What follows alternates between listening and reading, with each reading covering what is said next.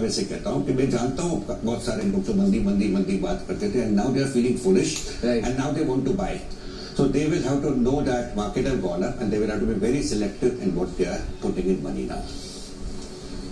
ये बात है, मिस तो हुई है सर, काफी लोगों से मिस हुई थी जी. अब बताएं सर, आपने अभी कहा कि अभी भी पैसा लगाने में देर नहीं हुई, सेलेक्टिवली तो आप लगा ही सकते हैं.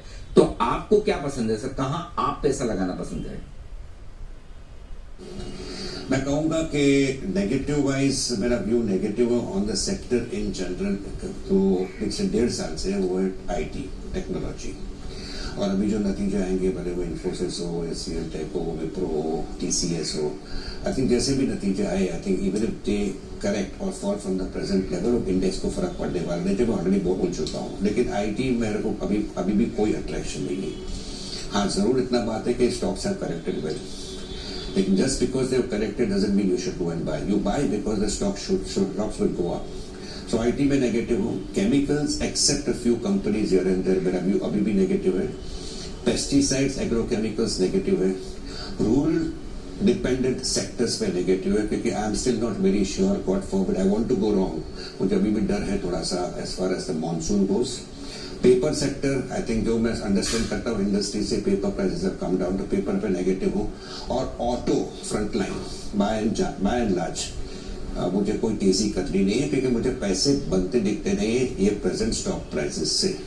So IT, chemicals, pesticides, agrochemicals, rural back economy sectors, paper and auto में नेगेटिव है. पॉजिटिव हूँ मैं सेकंड टियर बैंक्स पे, खास करके रीजनल बैंक्स, कर्नाटका बैंक हो, करुण वैश्य हो, साउथ इंडियन बैंक हो, बैंक ऑफ महाराष्ट्र हो, फेडरल बैंक हो.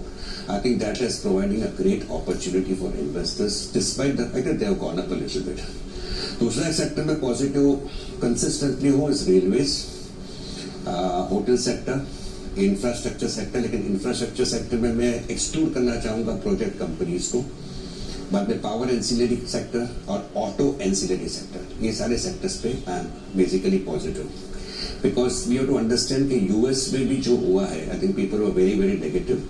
यूएस का जो फर्स्ट हाफ जो हुआ है मार्केट्स का, I think that should carry on into the second half. क्योंकि नॉर्मली अगर यूएस मार्केट्स को आप देखो तो पहले 6 महीने अगर अच्छे होते हैं तो normally the momentum continues in the second half. So US के बारे में कोई ज्यादा नेगेटिव नहीं. चाइना की बात की, जैसे मैंने कहा वहां पे ग्रोथ नहीं है, लेकिन पीबीओसी ने ईज करना चालू कर दिया रेट्स को, and that is clear indication कि चाइना में कहीं ना कहीं growth will come back. And if China में ग्रोथ आता है तो रुपये की एक बात है, अगर आज इंडिया में है कल थोड़ा सा पैसा बाहर भी जा सकता है, which could happen in the second half. So I'm saying that while the story of India is good, markets look good, we have to just be concerned about the monsoon and maybe elections later on, and maybe second half of 2023. If China bounces back, we have to be ready कि थोड़ा सा पैसा तभी India से बाहर जा सकता है. लेकिन अभी के लिए I don't think people should be worried. People should look out for opportunities, but don't be overconfident and don't go and buy anything and everything in the market. Basically sir जो मैं समझ रहा हूँ, अभी तो ठीक है मामला, सेलेक्टिवली पैसा लगा लीजिए.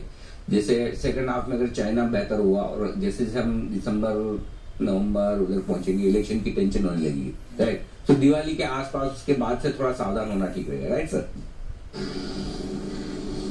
सर इसमें भी यह है कि स्टेट इलेक्शन शुरू हो जाएंगे दिसंबर जनवरी से. अगर वर्डिक्ट अच्छा आता है फॉर द रूलिंग पार्टी तो और भी रैली गेन कर सकता है. सो बट आपका गैस और मेरा गैस अभी काम में आएगा. We will have to wait for December January, because people will extrapolate and put it for 2024 में इलेक्शंस. बिल्कुल ठीक है.